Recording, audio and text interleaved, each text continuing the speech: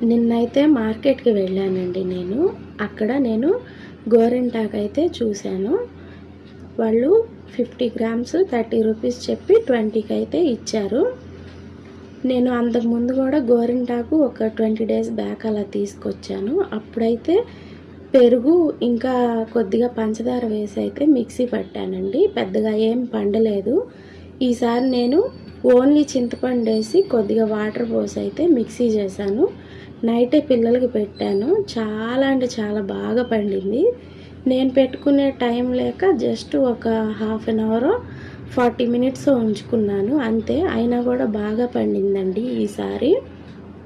గోరింటాకు మనము ఎప్పుడైనా పెద్ద ఆకు ఉన్నది తెచ్చుకుంటే బాగా పండుతుంది. లాస్ట్ టైం నేను చిన్న ఆకులు ఉన్నది తీసుకొస్తే సరిగ్గా పండలేదు. ఈసారి పెద్ద ఆకులు ఉంటాయి కదా, అవి తీసుకొచ్చాను. చాలా అంటే చాలా బాగా పండిందండి.